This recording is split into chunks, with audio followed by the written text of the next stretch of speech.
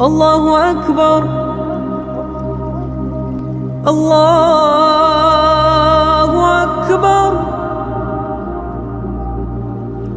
الله أكبر الله أكبر. بسم الله الرحمن الرحيم. الحج أشهر معلومات فمن فرض فيهن الحج فلا رفث ولا فسوق ولا جدال في الحج. Allah ici nous dit que le pèlerinage à sa maison, qui est la Kaaba, ça se fait dans des mois bien précis. Allah subhanahu wa ta'ala a voulu que le pèlerinage soit le 5e pilier de notre religion. C'est le plus grand rassemblement humain sur la terre. En y allant, on ne va pas par vanité, on va par adoration, c'est-à-dire pour adorer Allah subhanahu wa ta'ala avec son déplacement. Lorsqu'on s'en va au pèlerinage, on y va pour plaire à Allah subhanahu wa ta'ala. C'est cette intention qui doit t'animer lorsque tu t'en vas accomplir ton pèlerinage. Tu t'en vas parce que tu te dis, Allah subhanahu wa ta'ala, il nous a dit cela dans son livre aussi, وَلِلَّهِ عَلَى النَّاسِ حِجُّ الْبَيْتِ مَنِ اسْتَطَاعَ إِلَيْهِ سَبِيلًا. Allah nous dit, c'est une obligation sur les gens pour Allah d'aller accomplir le pèlerinage. Mais il va avoir pitié de nous en disant liman istata'a ilayhi sabila. Celui à qui je vais donner les moyens d'aller s'en acquitter. S'il n'avait pas ajouté ça, alors ça allait être obligatoire pour tous les musulmans, comme la prière est obligatoire pour tous les musulmans, comme le jeûne devient obligatoire et comme la shahada devient obligatoire pour que tu sois musulman. Vous voyez combien de fois Allah subhanahu wa ta'ala, il est miséricordieux. Parce qu'il ne nous a pas donné tous les moyens financiers. Donc ici, il vient conditionner le pèlerinage par les moyens que lui, Dieu, il aura accordé à quelqu'un. C'est pourquoi il va dire فَمَنْ كَفَرَ فَإِنَّ اللَّهَ غَنِيٌّ عَنِ الْعَالَمِينَ. Si Dieu t'a donné les moyens d'aller au pèlerinage, toi tu as eu les moyens financiers et tu as la santé avec toi, rien ne t'empêche ici dans ton pays ou même en Arabie Saoudite pour aller accomplir le pèlerinage, mais toi-même tu te trouves chaque fois des portes de sortie en disant oui, je ne suis pas prêt d'abord, et tu es prêt à envoyer des gens. Combien de riches qui le font? C'est-à-dire ils distribuent des billets soit à des parents ou à des amis, à des connaissances pour qu'on dise que lui il est généreux, mais lui-même il n'est pas encore prêt parce que son business à New York ou bien à Paris ne lui permet pas d'abord d'y aller. Subhanallah. Allah, ici tu as les moyens financiers et tu as les moyens physiques, tu refuses d'aller en disant que tu n'es pas encore prêt. Si tu meurs de cette manière, le prophète dit il faut mourir mécréant. Subhanallah. C'est comme tu es prêt à mourir mécréant. C'est un peu la même veine, celui qui a de l'argent et qui son argent atteint le nisab. C'est le taux imposé pour la zakat. Alors tu dis, ben, moi je ne peux pas prendre mon argent comme ça pour donner à des vauriens. Ils n'ont rien fait, je vais leur redistribuer mon argent. Wallah, si tu atteins, c'est-à-dire tu remplis les conditions de la zakat, tu refuses de faire ta zakat, Dieu ne veut plus de ta prière. Voilà, l'islam ne se dissocie pas. On ne choisit pas ce qu'on veut et puis laisser ce qu'on n'aime pas. Non, non, ça c'est pas l'islam. Voilà. Allah nous dit, udkhulu fi silmi kafa. Lorsque tu deviens musulman à plein temps. Tu deviens musulman parce que tu es d'accord que Allah subhanahu wa ta'ala, tout ce qu'il a prescrit, toi tu vas le mettre en application selon tes moyens. Mais tu ne fais pas à ta tête. Tu ne fais pas parce que ça t'arrange, ça ne t'arrange pas. Et cette erreur, combien de musulmans qui le commettent aujourd'hui? On est musulman quand ça nous arrange. Par exemple, au décès d'un père, il va laisser son héritage. C'est-à-dire que ce qu'il a laissé comme fortune, c'est-à-dire tu seras déçu des enfants qui pensent être de bons musulmans au moment où on viendra leur dire, voilà, quand quelqu'un décède, on fait l'état des lieux et à la suite de ça, c'est Dieu lui-même qui se charge du partage. Et dans le partage de Dieu, voilà, tu vas entendre de dire, moi je ne suis pas d'accord. Surtout celles qui sont femmes, quand on va dire que l'homme doit avoir 2 fois la part de la fille. Subhanallah, ça c'est Dieu qui nous a créés et c'est lui qui décide de cette manière. Tu te dis non, moi je suis d'accord, oui, nous sommes musulmans, mais si on veut partager de cette manière, je crois que c'est la justice qui va nous départager. Mais si tu envoies à la justice, ça veut dire que toi, tu es musulman de non.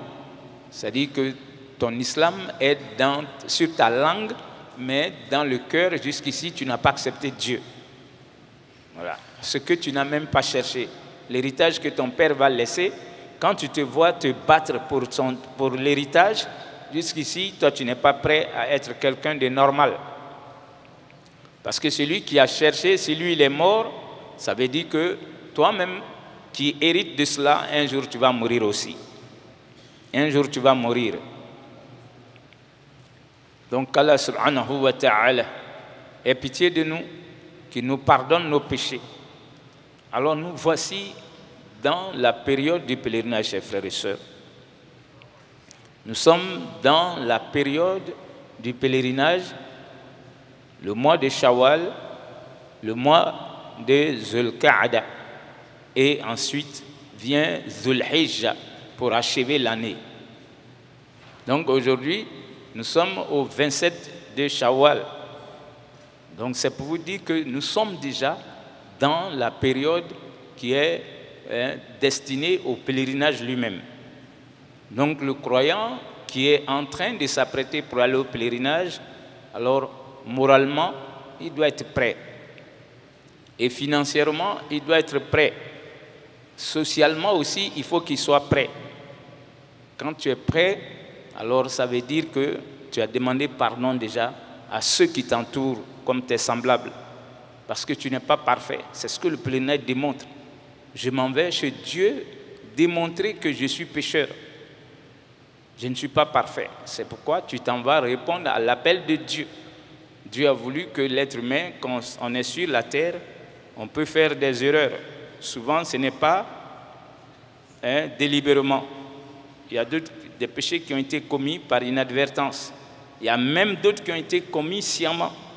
Mais lorsque Dieu te donne les moyens de te déplacer pour faire ce voyage, avant d'y aller, il faut demander pardon à ceux qui t'entourent, en commençant par ta famille, ta femme, tes enfants, tes voisins, tes parents. Il faut accepter d'être humble vis-à-vis de ceux-là, leur demander pardon. Ça ne fait que te rehausser.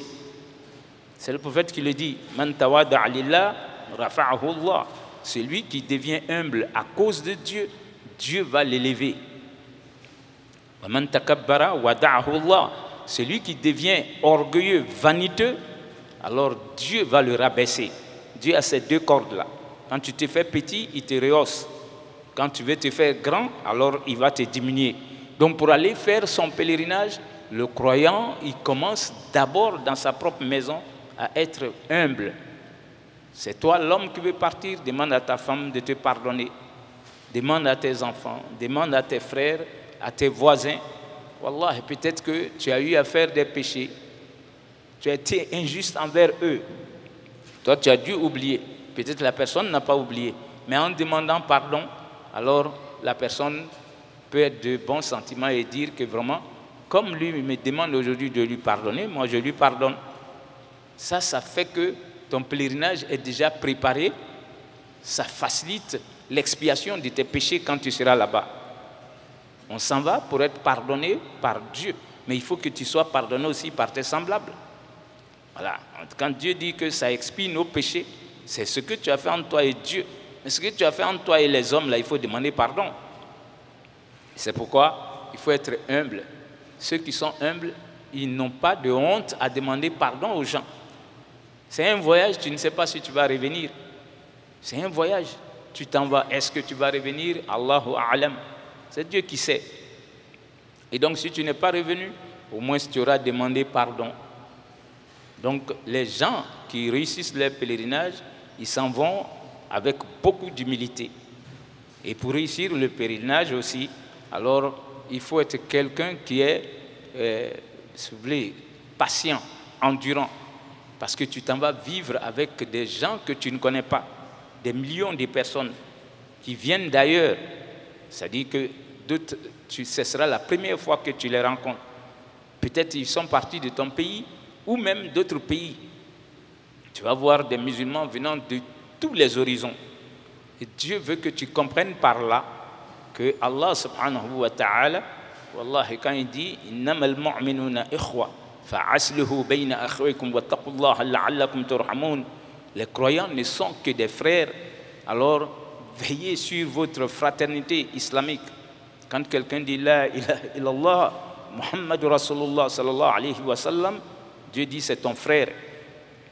Qu'il soit noir, qu'il soit blanc, qu'il soit jaune, alors comme il dit « La ilaha illallah, Muhammadur Rasulullah sallallahu alayhi wa sallam », wallahi, c'est celui-là qui est ton frère. Parce que quand tu vas à la Mecque, tu vas voir, tu ne l'avais jamais rencontré. Vous allez prier 5 fois par jour. Et sa manière de prier et ta manière sont identiques. Et tu verras qu'il y a l'amour qui se crée entre vous. Souvent, il ne parle même pas la langue que toi tu parles. Quand tu demandes son pays, peut-être tu n'as jamais entendu parler de ce pays-là. Lui aussi, peut-être qu'il n'a jamais entendu parler de ton pays. Donc Allah subhanahu wa ta'ala, il a voulu qu'à travers le pèlerinage, le musulman va reconforter sa foi.